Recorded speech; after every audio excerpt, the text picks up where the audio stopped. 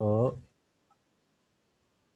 আজকে আমরা ওই যে তোমাদের সিলেবাসে দেখবা এটা খুবই একটা মানে ইতিহাস টাইপের একটা paper, geographical thoughts and concepts, 101 number পত্র, যেটা 3101, 2,43,101 কোর্সটা। তো এইটার তো কয়টা ক্লাস আমি নিলাম। প্রথমের যেটা ছিল সেটা হলো গিয়া সংজ্ঞা, বিষয়বস্তু, পরিধি, এইসব অংশটা আমরা আলোচনা করেছি আগে। তো আজকে ওইটার 2 নম্বর টপিক যেটা আছে, geography in pre modern Times, মানে ভূগোল প্রাক আধুনিক যুগের ভূগোল। এবং সেখানে লিখতেছে যে brief brief study of Greek, pre Greek, classical, dark and Arab periods, অর্থাৎ ভূগোলের তোমার প্রি গ্রিক, গ্রিক পূর্ব সময়কাল, ক্লাসিক্যাল সময়কালের, অন্ধকার যুগের এবং আরব যুগের ভূগোলের আলোচনা, মানে ভূগোল জ্ঞানের অবস্থা নিয়ে আলোচনা, যেটা এই পিরিয়ডগুলার এটা নিয়ে আলোচনা করার কথা আজকে। তো এগুলো একটু মানে ইতিহাস ভিত্তিক, তো অনেক একটু কথা বেশি থাকে, পড়তে একটু কষ্ট হয়, কিন্তু কনসেপ্টটা আবার জানা না থাকলে তুমি ধরো একটা অস্পষ্টতা থাকবে যে ভূগোল কিভাবে ডেভেলপ করলো। তো আমরা এই জন্য একটা একটা করে চ্যাপ্টার ধরে ধরে যাব, এক এক দিনে এক একটা পিরিয়ড শেষ করবে। এখানেই তোমার মোটামুটি যদি ব্রড কোশ্চেন এখানে করতে চায়, তাহলে শুধু গ্রিক পিরিয়ড বা প্রি গ্রিক, প্রাক গ্রিককালীন ভৌগোলিক ধারণা আলোচনা করে, এটা করলে একটা ব্রড কোশ্চেন হয়ে যায়। কিংবা যদি বলি যে ক্লাসিক্যাল যুগের ভূগোল আলোচনা করো, তাহলে একটা বিশাল ব্যাপার। ক্লাসিক্যাল যুগ মানে হলো গ্রিক এবং রোমান যুগকে একত্রে বলা হয় ক্লাসিক্যাল যুগ। এই ক্লাসিক্যাল যুগের ভূগোল, আজকে আমরা যেটা আলোচনা করছি গ্রিক ও রোমান যুগ, এটা মূলত ক্লাসিক্যাল যুগ। আর ক্লাসিক্যাল যুগ বলা হচ্ছে কেন? কারণ এই যুগেই তোমার ভূগোলের ভিত্তিটা তৈরি হয়। মানে জ্ঞান চর্চার, আসলে তো জ্ঞান চর্চার সবগুলো শুরুই হয়েছে ইয়া দিয়া, গ্রিক যুগে। তো আমরা এই জন্য এটাকে বলা হয় ক্লাসিক্যাল যুগ। আর নিও ক্লাসিক্যাল যুগ বলা হবে যদি নতুন ভাবে কোনো কিছু আবার চেঞ্জ আসে কোনো একটা সাবজেক্টে। যেমন আমরা হামবোল্ড এবং রিটারকে বলতেছি যে আবার তারা চেঞ্জ করছে, সেটা আর একটা ক্লাসিক্যাল। কিন্তু যে কোনো সাবজেক্টের ভিত্তি তৈরি করার ক্ষেত্রে ক্লাসিক্যাল মানে হলো সে সাবজেক্টের প্রথম আলোচনা শুরু যেখানে, এবং বিষয়বস্তু যখন ব্যাপকভাবে একটা বিষয় হিসেবে পরিব্যাপ্তি লাভ করে তখনকারটাকে। আচ্ছা, আমি আমার এই আলোচনাটাকে সাজিয়েছি মূলত কুন্তলা লাহিড়ী দত্তের যে বইটা ছিল সেই বইটা দিয়ে, কিন্তু আমি ওইটাতে একটু পরে আসব। আগে কিছু গল্পগুজব করে তোমার এই যে ইংরেজি স্লাইডগুলো দেখিয়ে তারপরে আমি চলে যাব মূল অংশে, এবং সেখানে অল্প একটু সময় নিয়েই শেষ করে দিব। আর তোমরা মূলত এটা কনসেপ্টের যে কোনো বই, ভৌগোলিক চিন্তা, ভৌগোলিক ধারণা, এরকম টাইপের নামওয়ালা যে কোনো বই যেটা সেমিনার আছে সেটাতে গ্রিক যুগ খুঁজে দেখতে পারো। আর কুন্তলা লাহিড়ী দত্তের এটা আমি যখন স্লাইড দেখাবো এটাও তোমরা দেখতে পারো। পরে আবার আমি তোমাদের ফেসবুক পেজেও দিব, কলেজের যেটা ফেসবুক সেখানেও দিব, সেখান থেকে ভিডিওটা দেখে নিতে পারবে। আচ্ছা, তা এখন দেখো গ্রিক যুগ, গ্রিক যুগ আমরা বলি, গ্রিক যুগকে আমরা বলছি যে ক্লাসিক্যাল যুগ। এখন আমি আসলে এই ক্লাসিক্যাল বা এটা কোথায়, গ্রিক এবং রোমান যুগকে আমরা কোথায় আছে গ্রিকটা সেটা একটু দেখে নেই। যেমন আমি এই স্লাইডটাতে গেলাম, এই স্লাইডটাতে দেখো তোমার এই স্লাইডটাতেই মূলত গ্রিকদের অবস্থাটা দেখাচ্ছে, যে গ্রিক সময়কার গ্রিকটা মানে কোন জায়গাটাকে বোঝাচ্ছে। দেখো এই এই এই নামগুলো তোমরা বিভিন্ন সিনেমাতে শুনে থাকবে, যেমন ধরো ট্রয় নগরী, এই যে ট্রয়। আবার ধরো মেসিডোনিয়া, আলেকজান্ডার দ্য গ্রেটের রাজধানী ছিল মেসিডোনিয়ায়।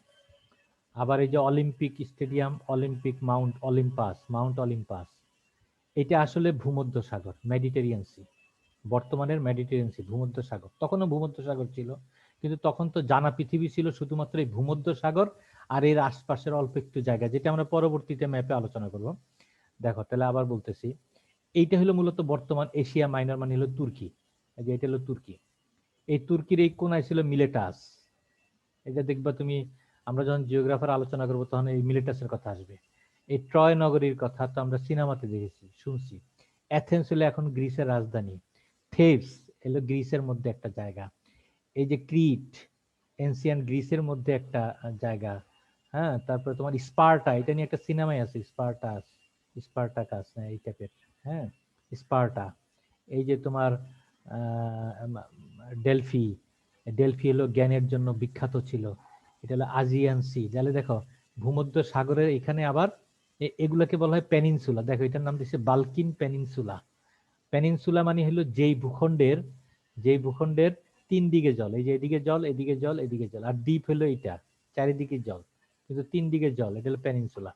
আচ্ছা, এই পেনিনসুলার মধ্যে দেখো Ionian sea, Mediterranean sea, Aegean sea, sea of Crete, এই তারপরে সি অফ মারমারা। তোমাদেরকে যখন তুমি কোথাও যখন চাকরির পরীক্ষা দিতে যাবা তখন যদি ওখানে কোনো মনে করো মজার লোক থাকে, জ্ঞানের ইতিহাসের লোক থাকে, বা এরকম যারা ভূগোলে একটু ধারণা রাখে বা বিভিন্ন দেশ ঘোরাঘুরি করছে, তারা কিন্তু তোমাদেরকে বলবো যে আজিয়ান সিটা কোথায় বলো তো, সি অফ মারমা কোথায়। এই জন্য যখন তুমি অবসর সময় পাবা অক্সফোর্ড ম্যাপ বসে, বা তোমাদের তো এখন সুবিধা হয়েছে যে আমি এগুলো সব নেট থেকে নিছি, নেটের মধ্যে ওয়ার্ল্ড ম্যাপ ধরে এই যে এখানে তোমার মেডিটেরিয়ান সি, এখানে এটা, এখানে এটা, এগুলো তুমি তো দৃশ্য দেখে দেখে দেখে দেখে দেখে দেখে এই জায়গাগুলা কোথায় আছে এটা মাথায় রাখবা, কারণ তোমাকে এসব ফেস করতে হবে। ইউরোপের দেশগুলা কি, তারপরে ইউরোপের মধ্যে গ্রিস কোথায়, ইটালি কোথায়, ওইটা কোথায়। আচ্ছা, তাহলে আমরা বললাম যে গ্রিক যুগের এই এই এই জায়গাতেই মূলত গ্রিক যুগের ভূগোল চর্চা হচ্ছে, এবং এই যে ট্রয় নগরী নিয়ে, তারপর হোমারের কাব্য, এগুলোর কথা এখানে আসবে। আচ্ছা, আবার দেখো এই যে এই আরেকটা ম্যাপ, এটা হলো তোমার রোমান সম্প্রদায়, রোমান যুগ। এই রোমান যুগ যে রোম সম্প্রদায়ের যে রাজ্য বিস্তার লাভ করেছিল সেটার ম্যাপটা হলো এইটা। অর্থাৎ দেখো এই যে ইটালির রোম, এই যে ইটালির রোম, এটা হলো রাজধানী তাদের, তাই না? কিন্তু এখনকার সিসিলি এটা আছে, নেপলস আছে, তারপরে তোমার এই যে গ্রিস, অ্যাথেন্স, হ্যাঁ, সার্বিয়া, বুলগেরিয়া, মেসিডোনিয়া, এই যে মেসিডোনিয়া, ওই আগের ম্যাপে যে মেসিডোনিয়া দেখলাম, এই যে এশিয়া মাইনর, তুরস্ক, তার মানে এই জায়গা দিয়ে ছিল ট্রয় নগরী। তারপরে এই যে সাইপ্রাস, ক্রিট, মেডিটেরিয়ান সি, হ্যাঁ, এখনকার এই যে মিশর, এইটুক জায়গা শুধু তারা জানতো কারণ নীল নদ সম্বন্ধে তাদের একটা ধারণা ছিল। এই যে এখানে জেরুজালেম, প্যালেস্টাইন, এখানে সিরিয়া, তারপরে ব্ল্যাক সি, এই যে কৃষ্ণ সাগর, কদিন আগে কৃষ্ণ সাগরে না কাস্পিয়ান সাগরের যুদ্ধটা হয়েছে। এই যে ভেনিস নগরীর নাম তোমরা শুনে থাকবা, ভেনিস, হ্যাঁ। তারপরে তাহলে এই যে রেখাটা যে টানছে এইটাই ছিল তখনকার এই রোমানদের রোমানদের সাম্রাজ্য, রোমান এম্পায়ার, যেটাকে এক কথা বাইজেন্টাইন এম্পায়ার বলে। Byzantine empire, the empire in about 2020, 1020, মানে 1020 সালের দিকে এই সাম্রাজ্য ছিল। আচ্ছা, extent of the empire under Justinian এক 1527 থেকে এর মধ্যে এই জায়গাটা তারা দখল করে নেয়। আচ্ছা, এই গ্রিক যুগ এবং রোমান যুগ এরা হলো সভ্যতার একেবারেই শুরুর দিকের, মানে পৃথিবীর যতগুলা জ্ঞান আছে, ফিজিক্স, কেমিস্ট্রি, ম্যাথ, বায়োলজি, সবগুলার ভিত্তি তৈরি করে এরা। আর মাঝখানে হবে কি, এই জ্ঞান চর্চার উপরে এসে খ্রিস্টান ধর্ম চেপে বসবে, চেপে বসার পরে জ্ঞান চর্চা, এই যে বিজ্ঞান ভিত্তিক জ্ঞান চর্চাকে নিষিদ্ধ করবে, সেটাকে বলা হবে অন্ধকার যুগ। আর ওই অন্ধকার যুগের মধ্যেই তখন আবার আসবে ইসলাম। ইসলাম আসার পরে মুসলমানদেরকে জ্ঞান চর্চার উপরে সাংঘাতিক গুরুত্ব দিলে মুসলমানরা জ্ঞান চর্চা এগিয়ে যাবে, তার চাপে তখন আবার এই অংশটার মধ্যে জ্ঞান চর্চা শুরু হবে, যেটাকে বলা হচ্ছে রেনেসাঁ। সেইভাবে দেখো তোমাদের সিলেবাসের মধ্যে প্রি গ্রিক, ক্লাসিক্যাল যুগ মানে গ্রিক রোমান, তারপর বলছে ডার্ক এজ। এই ডার্ক এজ মানে হলো অন্ধকার যুগ, ধর্মচর্চার বাইরে আর কোনো জ্ঞান চর্চা হবে না। এভাবে করে ইউরোপে পুরো জ্ঞান চর্চাটা বন্ধ হয়ে গেছিল, এটাকে বলে অন্ধকার যুগ। আর এই অন্ধকার যুগের পরেই দেখো এন্ড আরব আরব পিরিয়ড, এই আরব পিরিয়ড যখন এসে যাবে ওখানে ইসলাম চলে আসবে। ইসলাম এসে যখন স্পেন পর্যন্ত জয় করে ফেলবে, তখন এই স্পেন পর্যন্ত যখন তারা এগিয়ে আসবে, তখন করবে কি, এখানকার যারা খ্রিস্টান রাজারা ছিল এরা আবার জ্ঞান চর্চা ফেরত যাবে, কারণ এখানে পর্তুগাল থেকে তারা সমুদ্রের দিকে যাত্রার চেষ্টা করবে, এবং তখন তারা নতুন ভাবে আবার জ্ঞান চর্চা শুরু করবে, এবং এই গ্রিকদের বই যেটা পড়া নিষিদ্ধ ছিল সেই বই আবার তারা পড়া শুরু করবে, এবং তখন নতুন ভাবে যে জ্ঞানের পুনর্জাগরণ হবে, এটাকে বলা হচ্ছে রেনেসাঁ। আচ্ছা, মোটামুটি আমরা তো এলাকাটা চিনলাম। তো এখন আসি গ্রিক যুগ বলতে কি বোঝাচ্ছে। এই যে গ্রিক যুগ, তাহলে গ্রিক যুগের মধ্যে আমরা দেখব যে আগের যে গল্পের বইগুলো ছিল, আগের যে মহাকাব্য ছিল, তোমার মেঘদূত, তোমার এইদিকে তোমার এই যে রামায়ণ, এইসব জায়গার মধ্যে দেখবা যে তোমার প্রকৃতির বর্ণনা আছে, এলাকার ভৌগোলিক বর্ণনা আছে। এইভাবে হোমার, নাম করা গ্রিক মহাকাব্য, বলে সাহিত্যিক, হোমার দার্শনিক, এই যে এপিক, এপিক মানে মহাকাব্য লিখছিলেন, যার দুইটার নাম হলো একটা হলো ইলিয়াড আর একটা হলো অডিসি। এবং এই Iliad Odyssey which contains the episode of Trojan war, এই যে ট্রোজান ওয়ার মানে ট্রয় নগরীর যুদ্ধ 1280 থেকে 1120, এই যুদ্ধ নিয়ে কাহিনী কিন্তু দেখো গ্রিকরাও লিখছে, এই যুদ্ধ নিয়ে কাহিনী রামায়ণের মধ্যে লেখা আছে, গল্প কিন্তু মহাকাব্য, কিন্তু এইটা এত বিশ্বাসযোগ্য ভাবে দিছে যে অনেকের পরে ধর্মের মধ্যে এগুলা চিন্তা ভাবনা ঢুকে গেছে।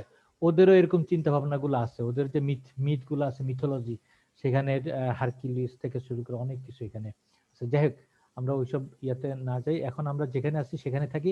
এই ট্রোজান ওয়ার এগুলা যখন তারা লিখছে, এই যে হিস্টোরিক্যাল জিওগ্রাফি যখন তারা লিখছে, তখন এই জায়গাটার যে ভূগোল, এখানকার যে পরিবেশ, তার এখানের পানি পানি এগুলো সব হলো এখানে ঝঞ্ঝা বিক্ষুব্ধ। এখনো তোমরা খেয়াল করবা যে মাঝে মাঝেই এই টিউনিশিয়া থেকে, যে লিবিয়া, তিউনিসিয়া, ইজিপ্ট, এই যে এখান থেকে করে কি জাহাজে করে কয়দিন আগেও কিন্তু ইতালিতে যাওয়ার জন্য জাহাজ ছাড়ছে, খেয়াল করছো কিনা? এবং সেই জাহাজের মধ্যে গিয়া জাহাজ নৌকা ডুবি, নৌকা ছাড়লে নৌকা ডুবি, বাঙালি 238 জন সহ এতজন এই যারা ইউরোপে ঢোকার চেষ্টা করছে তারা মারা গেছে বা ভাইসা উঠছে, বা তাদেরকে টিউনিসিয়া আটক করা হয়েছে। তাহলে এই যে জায়গাটা, এই জায়গাটা ঝঞ্ঝা বিক্ষুব্ধ একটা জায়গা। এখন এইখানে আগের যে বোটগুলা চলতো, সেই বোটগুলা চলতো মূলত পালতোলা বোট, এবং এই পালতোলা বোটগুলা তাদেরকে বুঝতে হইতো এখানকার নদীর, এখানকার এই সমুদ্রের গতি প্রকৃতি কি, বাতাস কোন দিক থেকে আসে, তারপরে ভূপ্রকৃতি কি, পাহাড় কোথায় কি, এসব তাদের খুব জানতে হইতো।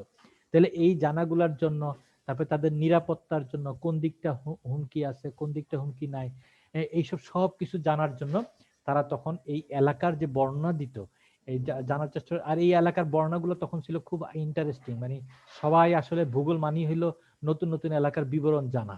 তখন ভূগোল মানি হলো সূর্য সম্বন্ধে একটু জানা, চন্দ্র সম্বন্ধে একটু জানা, একটু মাপ যোগ করা, তারপরে একটু তোমার ধরো পৃথিবীর কোন একটা অঞ্চলের বর্ণনা, খনিজ কোথায় আছে, কোথায় দিয়া যাতায়াত করা যায়, সমুদ্রের কোন রাস্তাটা দিয়া, এগুলো সবই তো পৃথিবীর অজানা ছিল। এই যে যেটুক জায়গা আমি এখন দেখাচ্ছি, আসলে পৃথিবী বলতে তারা এইটুক জায়গায় বুঝতো।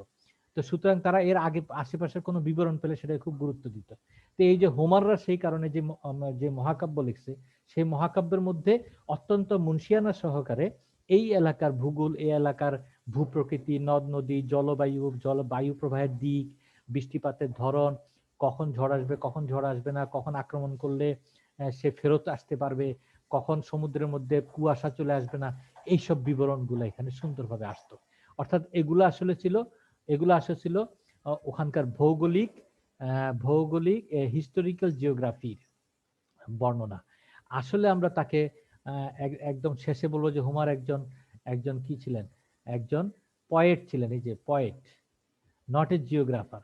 কিন্তু তার লেখার মধ্যে ভূগোলের যে বর্ণনা ছিল সেটা আমরা আমরা সেখান থেকে নিতে পারি। কিন্তু ফর্মাল স্টাডি ভূগোলের উপরে গ্রিক যুগে যারা করেছেন তারা হলেন থালেস, অ্যানাক্সিম্যান্ডার, হ্যাকাটিয়াস, হেরোডোটাস, প্লেটো, অ্যারিস্টটল। এই প্লেটো অ্যারিস্টটলের কথা তোমরা জানবা যে সাংঘাতিক নাম করা দার্শনিক, বিশেষত রাষ্ট্রবিজ্ঞানের ক্ষেত্রে। তারপরে এরাটোস্থিনিস, এই যে ভূগোল শব্দটা, জিওগ্রাফি শব্দটা প্রথম ব্যবহারই করছে এরাটোস্থিনিস, এবং হিপারকাস, এরা ম্যাপ টেপের অনেকগুলা কাজ করছে। তাহলে এই সব কিছু আমরা দেখছি, এই এক গাদা জিওগ্রাফার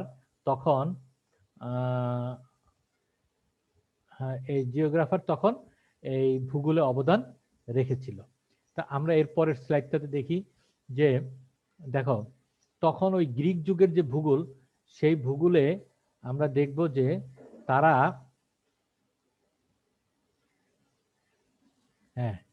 তারা করছে কি, এই বিভিন্ন বিষয়ে মানে বিশেষত যে ভূপ্রকৃতির বর্ণনা, নতুন নতুন এলাকার বর্ণনা, বায়ু প্রবাহের বর্ণনা, এই বায়ু প্রবাহের বর্ণনাও তারা বের করে। তার মধ্যে দেখো তারা এইভাবে বায়ু প্রবাহের নাম দেয়: বোর্স, ইউরাস, নোটাস, জেফাইরাস। বোর্স হলো কোনটা? The north wind strong and cool accompanied by clear blue sky.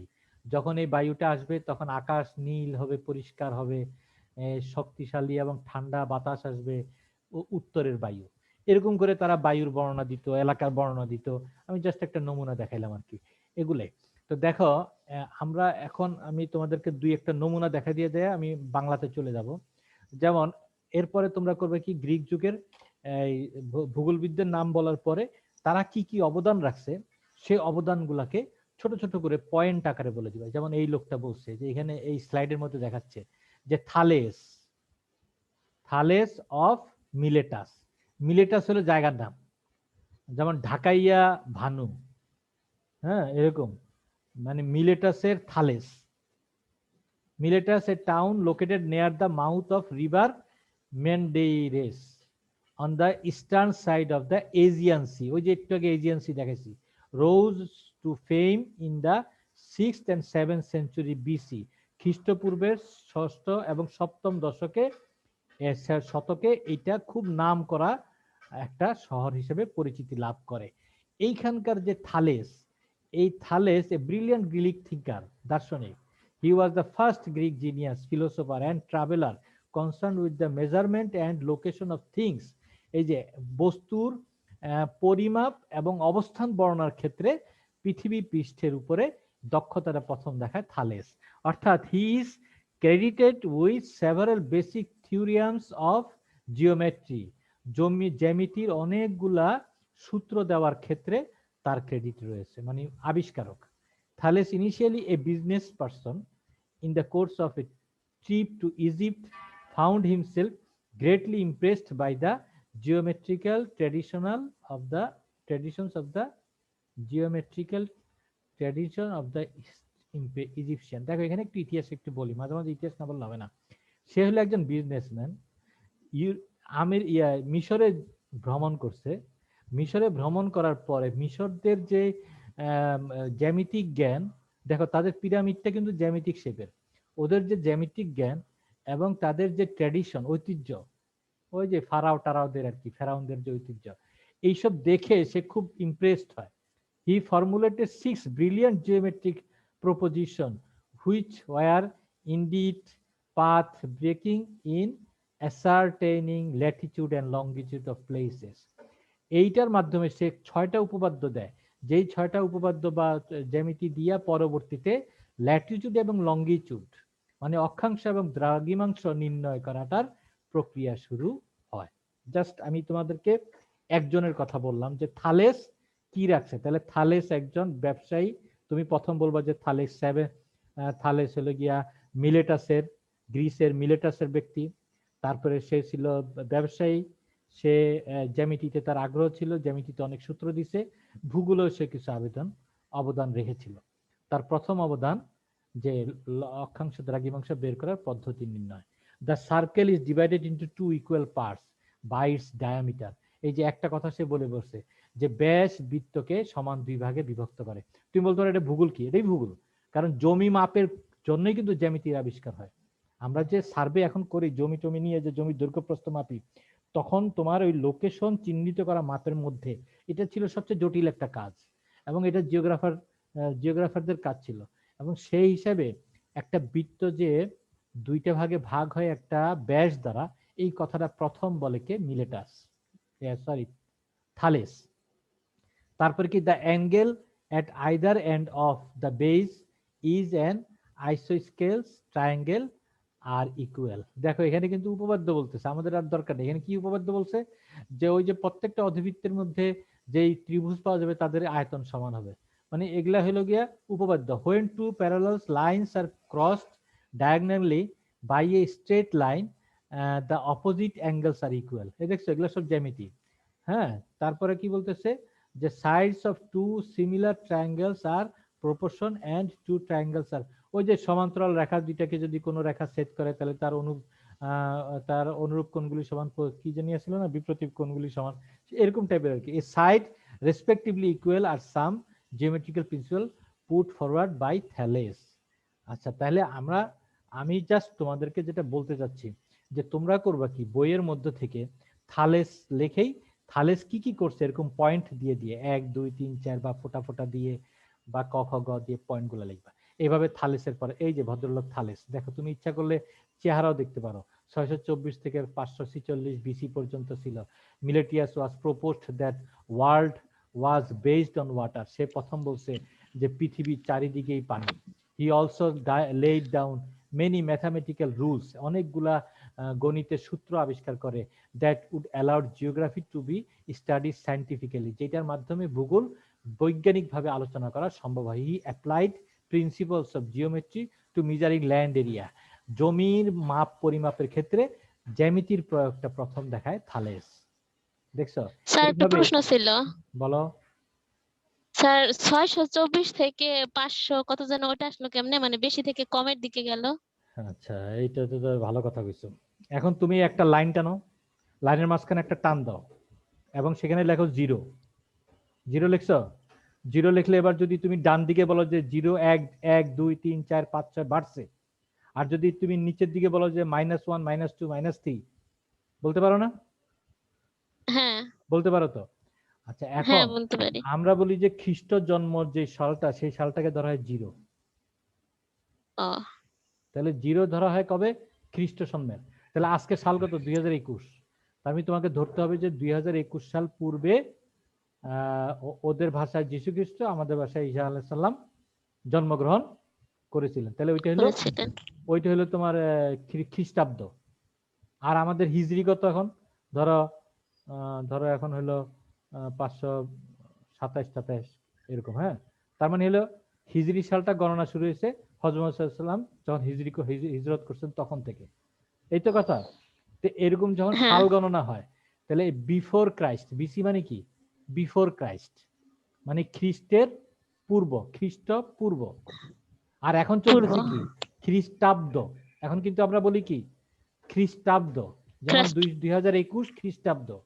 কিন্তু আমরা যখন বলবো 624, তার মানে হলো খ্রিস্টের জন্মের 624 বছর পূর্ব থেকে 546 বছর পূর্ব পর্যন্ত। তার মানে কি আস্তে আস্তে সে কোন দিকে যাচ্ছে? 0-র দিকে যাচ্ছে। তারপরে 0 হবে, তারপরে খ্রিস্টাব্দ 1 2 3 4 আর 2021। তাহলে আমি যদি বলি যে 546 খ্রিস্টপূর্বে সে মারা গেছে, তাহলে সে কত বছর আগে জন্মগ্রহণ করছিল? তাহলে এখন কত? 2021। 2021-এর সাথে 546 যোগ করো, যোগ করলে তোমার আসবে ধরো তুমি 2600। এই 2600 বছর পূর্বে সে জন্মগ্রহণ করছিল, আর সরি মৃত্যুবরণ করছিল। আর তার সাথে যদি তুমি 624 যোগ করো, তাহলে 2600 বছর পূর্বে সে জন্মগ্রহণ করছিল, 2600 বছর পূর্বে সে মারা গেছিল। এইভাবে আর কি, মানে কমে। বুঝে আসছে? হ্যাঁ বুঝতে পারছো তো? আচ্ছা, যাক, আমরা তাহলে এইভাবে অ্যানাক্সিমেন্ডারের একটা কথা বলতেছি, তারপরে দেখো হেরাডোটাসের কথা এরকম আমরা বলে একটা পয়েন্ট দিয়ে লিখবো। আমি আর ইংরেজিতে আর বর্ণনাটা দিব না। এখন আমরা চলে যাব কোথায়? এখন আমরা চলে যাব তোমার এই যে ইরাটোস্থেনিসের কথা একটু বলে যাই। ইরাটোস্থেনিস হলো খুবই নামকরা, 276 থেকে 194 বিসি। দেখছো? মানে সে খ্রিস্ট জন্মের আরো কাছাকাছি সময়ে জন্মগ্রহণ করছিল। ও তো জন্মগ্রহণ করছিল 700 বছর পূর্বে, 600 বছর পূর্বে। এই জন্মগ্রহণ ছিল 200 বছর পূর্বে। তারপরে 0 আসছে, তারপরে খ্রিস্টাব্দ শুরু হয়েছে। বুঝে আসছে? Is credited to have coined the term geography, এই জিওগ্রাফি শব্দটা প্রথম প্রচলন করে এই Eratosthenes. How well he did, ge meaning earth, ge মানে হলো পৃথিবী, গ্রাফি মানে হলো স্টাডি, পৃথিবীর বর্ণনা। ভায়োলা উই হ্যাভ জিওগ্রাফি মানে চেঞ্জ হয়ে জিওগ্রাফি হয়েছে। Eratosthenes was the author of the first formal text in geography, প্রথম একটা টেক্সট বুক ভূগোলের উপরে লেখে, পাঠ্য বই ভূগোলের উপরে লেখে এরাটোস্থেনিস, যেটার নাম ছিল দ্য জিওগ্রাফিকা। এই যে the Geographica, born in a Greek colony Cyrene, এই গ্রিকে Libya, he was educated here. এই যে লিবিয়ার সাইরিনে সে জন্মগ্রহণ করে, তখন এটাও একটা গ্রিক কলোনি ছিল।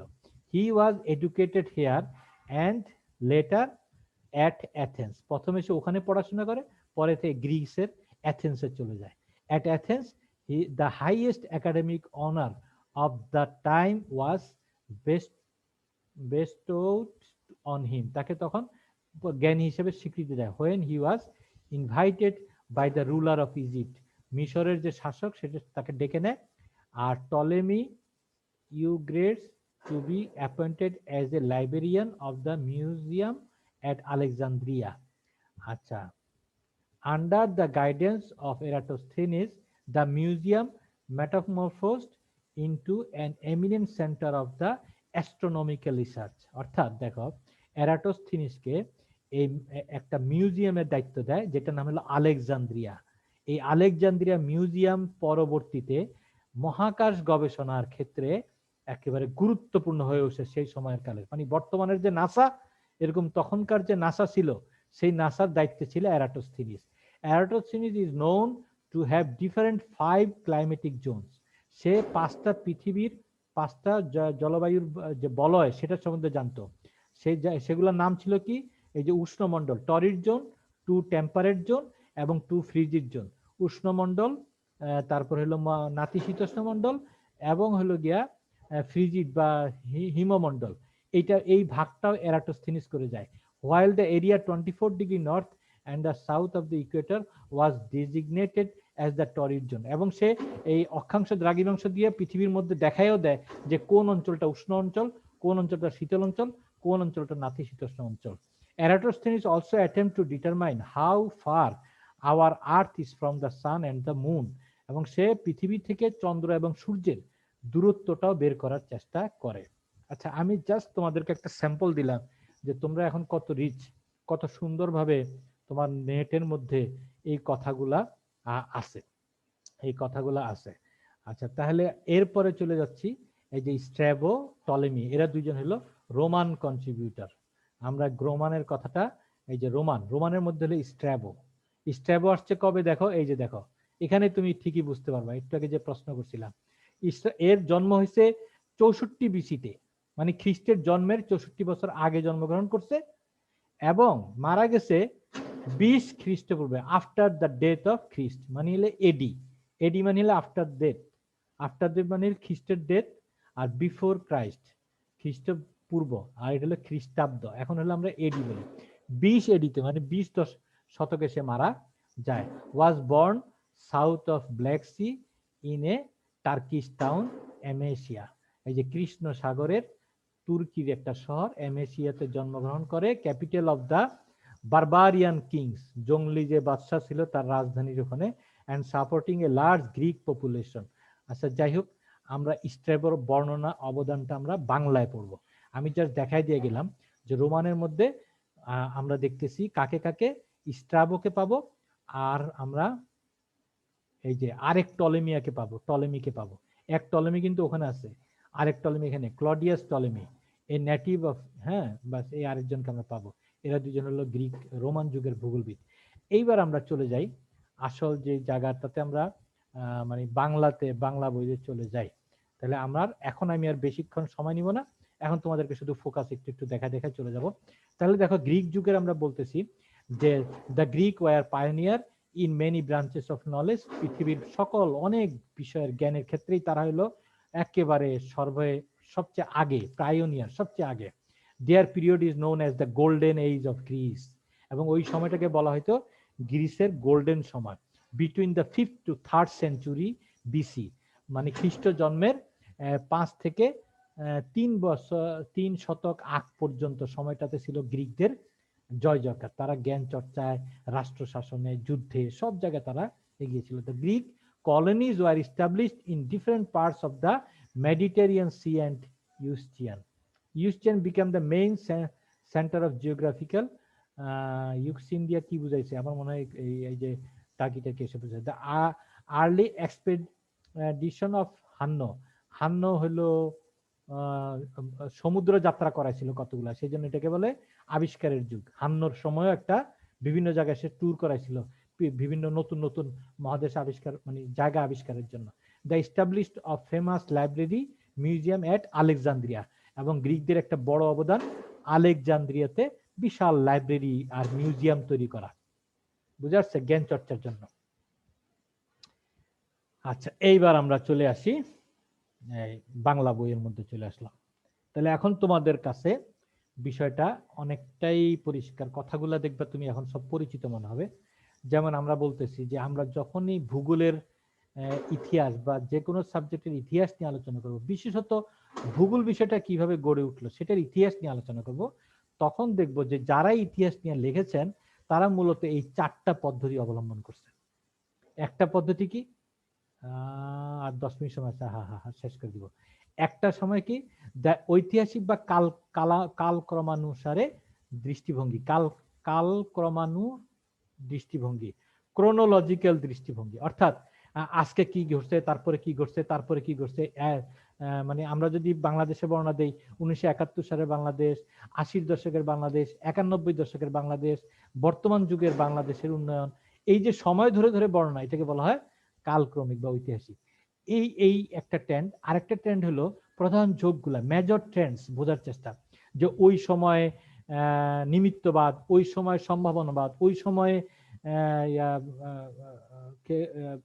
সৃষ্টিকর্তার উপর নির্ভরশীলতাবাদ, এই টাইপের যে বিভিন্ন ট্রেন্ডগুলা, সেই ট্রেন্ডগুলা নিয়ে আলোচনা আমি করতে পারি। আমি আবার এভাবে আলোচনা করতে পারি যে প্রধান পর্যায়গুলা, মেজর ফেজেস, প্রধান প্রধান যে বই টইগুলা, জ্ঞানের যে দিকগুলো আছে, সেই দিকগুলা কখন কার সময় আবিষ্কার হয়। যেমন ওই আমেরিকা মহাদেশ আবিষ্কার হয় অমুকের সময়, তারপরে আবার দেখা গেল যে পৃথিবীতে দক্ষিণ দিক দিয়ে ঘুরে আসলে পরে যে ইন্ডিয়া আসা যায়, সেটা আবিষ্কার করে অমুকের সময়।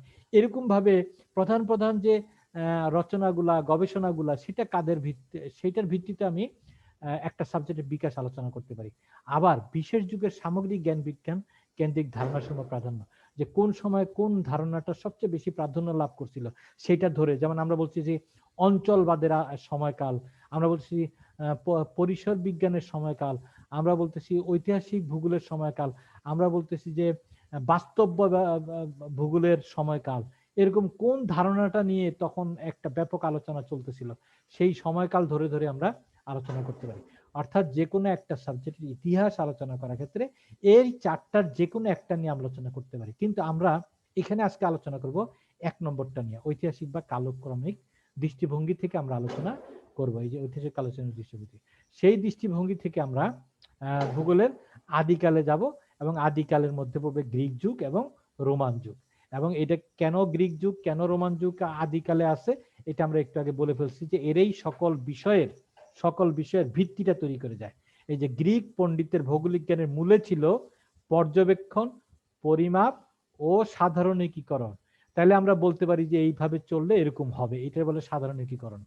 এই সাধারণীকরণ প্রক্রিয়াগুলো তারা নির্ধারণ করে দিয়ে সাবজেক্টের ভিত্তি তৈরি করে দিয়েছিল। আর এইটা করার জন্য যে অনেকগুলা স্ট্রাইকারের দরকার ছিল, অনেকগুলা জ্ঞানী লোকের একসাথে আসার দরকার ছিল, তাদের নাম আমরা আগেই বলছি, যে হেরোডোটাস, প্লেটো, অ্যারিস্টটল, এরাটোস্থেনিস, হিপারকাস, আমরা কতগুলো নাম একটু আগে বলছি, তারা সবাই এই সময়টাতে আসছিল, এই যে অ্যানাক্সিম্যান্ডার এরা।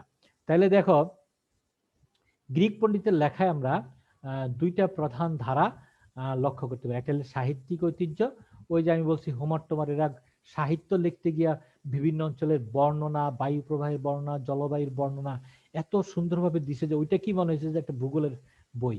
আর একটা হলো গাণিতিক ঐতিহ্য। গাণিতিক ঐতিহ্য মানে হলো এরা অক্ষাংশ, দ্রাঘিমাংশ, পৃথিবীর আকার, পৃথিবীর চারদিকে সমুদ্র নাকি পৃথিবী কি সূর্যের চারদিকে ঘুরে, না সূর্য পৃথিবীর চারদিকে ঘুরে, এইসব জিনিসগুলো নিয়েই চন্দ্র কি করে, চন্দ্রের সাথে পৃথিবীর সম্পর্কে জোয়ার ভাটা কেন হয়, এইসব বিষয়গুলো নিয়ে তারা ব্যাপক আলোচনা করত। হ্যাঁ, ম্যাপ আঁকার চেষ্টা করতো বিভিন্ন জায়গায়। তো এই জন্য বলছে গাণিতিক আর সাহিত্যিক 2টা ট্রেন্ড আমরা লক্ষ্য করতে পারি। খ্রিস্ট জন্মের 6 বা 7 বছর পূর্বে থেলেস জ্যামিতি চর্চার মাধ্যমে ভূপৃষ্ঠে অবস্থিত বিশেষমের পরিমাপ ও অবস্থান নির্ণয় করতে সক্ষম। থেলেসই প্রথম পণ্ডিত যিনি পৃথিবীকে জলে ভাসমান চাকতির আকৃতির বস্তু বলে অনুমান করেন। তার চেয়ে বয়সে সামান্য ছোট ছিল অ্যানাক্সিম্যান্ডার। তাইলে দেখো, এই যে হেকাটিয়াসের পৃথিবীর ম্যাপ, তখন তারা এইভাবে একটা ম্যাপ, সারা পৃথিবীর ম্যাপ বলতে তারা এইটুকু বুঝতো। আবার দেখো, এই যে মেডিটেরিয়ান সি আর তার আশেপাশের এই যে ইউরোপ, লিবিয়া, আর এখানে হলো গিয়ে এই যে আরব, এইটাকে তারা বলতেছে এশিয়া। এইটুকু বলতো এশিয়া, এইটুকু বলতো ইউরোপ। এই টোটালটাই বলতো যে এইটুকু পৃথিবী। এদের পৃথিবীর আকারই ছিল এইটুক, তাদের এর বাইরে জানার কোনো উপায় ছিল না। তখন অ্যানাক্সিম্যান্ডাররা আলোচনা করতেছে। তাহলে আমি কিন্তু আগেই বলছি যে হেকাটিয়াস কি কি আবিষ্কার করছে, জাস্ট পয়েন্ট করে। যেমন তুমি এখানে আমি যদি বলি যে হেকাটিয়াস কি আবিষ্কার করছে, তাহলে হেকাটিয়াসের জন্ম থ্যালেসে, অ্যানাক্সিম্যান্ডারের মৃত্যুর কাছাকাছি সময়, তিনি মারা যান এত, এক, তার পরিচয় শেষ। 2 নম্বর হলো তিনি গ্রিক ভাষায় গদ্যে গ্রিস ও অন্যান্য দূরবর্তী স্থান সম্পর্কে বিবরণ দেন, একটা তার অবদান। তার লেখা বইয়ের নাম হলো গ্যাসপেরিওডোস, পৃথিবীর বর্ণনা। এই বইতে সে কি বলছে, ভূমধ্যসাগর, দ্বীপসমূহের প্রণালী অন্যান্য বর্ণনা দেন। তাহলে এখানে শেষ। হেকাটিয়াসের এই বিপুল রচনা কর্মের জন্য তাকে ভূগোলের জনকও বলা হয় তার মতে। আর 2 নম্বর মতবাদ ছিল কি, যে পৃথিবীটা হলো চ্যাপ্টা গোলাকার, পৃথিবীর কেন্দ্রস্থলে রয়েছে গ্রিস, এই ছিল তার ধারণা। শেষ। তোমার কাছে মনে করি এটা হইলো নাকি? কিন্তু তখন এটা অনেক কিছু হয়েছে, তখন পণ্ডিত হয়ে যায় না একেবারে। 2 নম্বর হলো তোমার হেরোডোটাস। এই হেরোডোটাসের ব্যাপারটাতে এই যে আমি যেখানে দিলাম, এখান থেকে তুমি এক লাইন করে 4টা-5টা পয়েন্ট বের করে নিবা। আমি একটা একটা করে দেখাচ্ছি যাতে তুমি তোমার পরে এই স্লাইডটাকে তুমি দেখে দেখে তোমার ইয়ার থেকে লিখে নিতে পারো। তাহলে এটা হলো হেরোডোটাসের লেখা। এই যে হেরোডোটাসের ম্যাপ, দেখছো হেরোডোটাসের ম্যাপ, আর এই বইটা তো থাকলে তুমি দেখতেই পাবা। আচ্ছা, তারপরে আমি দেখাইতেছি এগুলো সব হেরোডোটাসের কথা। এই যে তারপরে চলে আসলো অ্যারিস্টটল। এই যে অ্যারিস্টটল কি বলতেছে দেখো, অ্যারিস্টটলের আলোচনা এখানে শেষ। এবারে প্লেটো। প্লেটো হলো আলেকজান্ডার দ্য গ্রেটের টিচার। হ্যাঁ, অ্যারিস্টটলের এই আরোহী প্রক্রিয়া সাধন করেছিলেন তার ছাত্র আলেকজান্ডার দ্য গ্রেটকে। হ্যাঁ, তাহলে এই যে অ্যারিস্টটলের ছাত্র হলো আলেকজান্ডার। তাহলে অ্যারিস্টটল কি কি লিখছে, এই যে পরম কারণবাদে সে বিশ্বাসী ছিল, একটা একটা করে পয়েন্ট খালি লিখবা, পরম কারণবাদে বিশ্বাসী, এইভাবে একটু পয়েন্ট করে নিবা। তারপর হলো তোমার এরাটোস্থেনিস। এই যে এরাটোস্থেনিসের কথা একটাকে বললাম, দেখো সে এগুলা কথা বলছে, দেখো এরাটোস্থেনিস। তারপরে হিপারকাসের পরে তোমার আমরা চলে আসছি রোমান যুগ। তাহলে আমি স্লাইড গুলো দেখাচ্ছি কেন, যে তুমি তোমার মোবাইলে এইভাবে স্লাইডটা বাইর করে পরে পয়েন্ট গুলো লিখে নিতে পারবা। আচ্ছা, তারপরে আমরা চলে আসলাম রোমান যুগে। রোমান যুগে আমি দেখতেছি যে স্ট্র্যাবোর কথা বলা হচ্ছে। এই যে গল্পের দোকান ধরে বলছে অনেকে তাকে, কিন্তু স্ট্র্যাবো অনেক কাজ করছে। যেমন তার ম্যাপটা কিন্তু দেখো, শুরুর দিকের যে ম্যাপ ছিল সেই ম্যাপের সাথে এর ম্যাপের কিন্তু অনেক পার্থক্য হয়ে গেছে, একটু চ্যাপ্টারে ট্যাপে হয়েছে, কারণ তখন আরেকটু পৃথিবী টিভির সম্বন্ধে মানুষজন জানতে পারতেছে। তাহলে এই স্ট্র্যাবো সমগ্র বাসযোগ্য পৃথিবীর একটা সাধারণ বিবরণ উপস্থাপন করার চেষ্টা করেন। স্ট্র্যাবোর পরে আমরা দেখতেছি টলেমি। এই যে টলেমির পৃথিবীটা এরকম। এই টলেমির পৃথিবীরে বিশ্বাস করে কিন্তু বারবার কলাম্বাস করছে কি, সমুদ্রের মধ্যে নামছে, মনে করছে 500 স্টেডিয়া দূরেই হলো ইন্ডিয়া, সে প্রতিবার পশ্চিম দিকে ভাসছে, কিন্তু পশ্চিম দিকে ভাসতে গিয়ে সে বারবার গিয়া ওয়েস্ট ইন্ডিজে পৌঁছাইছে এবং নাম মনে করছে যে আমি আসলে ইন্ডিয়াতে আসছি, আসলে সে চলে গেছে আমেরিকাতে। তো এই জন্য এর ভুলের কারণে ও সাহস করে নামছিল। ও যদি ভুল না করতো, অল্প একটু দূরত্ব মনে না করতো, তাহলে ওই সমুদ্রের মধ্যে সে তখন ঝাঁপ দিত না। অনেক সময় জ্ঞানী লোকের ভুলও পৃথিবীতে অনেক ভালো ভালো কাজ হয়ে গেছে। তাহলে দেখো এই যে টলেমির লেখা বই আলমাগাস্ট আর আউটলাইন অফ জিওগ্রাফি, এগুলো খুব নাম করা বই। এগুলোই তার অবদানের মধ্যে পয়েন্ট পয়েন্ট আকারে তোমরা একটা একটা করে লিখে ফেললেই কিন্তু কাজ শেষ। তাহলে আমরা মোটামুটি এই গ্রিক এবং রোমান যুগের ভূগোলের একটা চিত্র তোমাদের সামনে তুলে ধরলাম। আরো 2-3টা স্লাইড আমি এক্সট্রা দিয়ে রাখছি, যে তুমি ভারতের লোক হিসেবে তোমার মনে হইতে পারে যে ভারতওয়ালারা কি করছিল আমরা একটু দেখি, তখন তুমি এমনি এমনি পড়ার জন্য বলবো, এটা কোনো সময় আসবে না। এটা হলো জাস্ট তোমার একটু দেখার জন্য আমি দিয়ে রাখলাম, যে এরা ভূগোলকে বলতো খগোল, তারপরে চন্দ্র সূর্য এইসব নিয়ে তারাও কিছুটা কাজ করতো। হ্যাঁ, 4টা দিক তারা নির্ণয় করছিল, পূর্ব পশ্চিম উত্তর দক্ষিণ নামে তারাই নামকরণ করছিল। এইভাবে তারা এই দিকগুলোকে দেখাইতো, যে উত্তর আর পূর্বের মাঝখান দিয়ে যে দিক এটা হলো ঈশান, উত্তর আর পশ্চিমের মাঝখানেরটা হলো বায়ব্য, পশ্চিম আর দক্ষিণের মাঝখানেরটা নৈঋত্য, আর পূর্ব আর দক্ষিণেরটা হলো আগ্নেয়। আগ্নেয় কেন দিছে, এদিক থেকে ওই যে ঘূর্ণিঝড় টর্নেডো আসতো, তো ওই জন্য কালবৈশাখী টৈশাখী আসতো। আচ্ছা দেখ, মনে হয় আর কি, আমার কাছে মনে হয়। তাহলে আমরা মোটামুটি আলোচনা শেষ করছি, আর 1টা মিনিট সময় আছে বাকি। আর তোমাদের অন্যান্য স্যারদের একটু যোগাযোগ করে উৎসাহ দিয়ে মাঝে মাঝে ক্লাস নিতে। আমরা তো আসলে সব জায়গাতেই একটা আলসেমি ভাব চলে আসছে।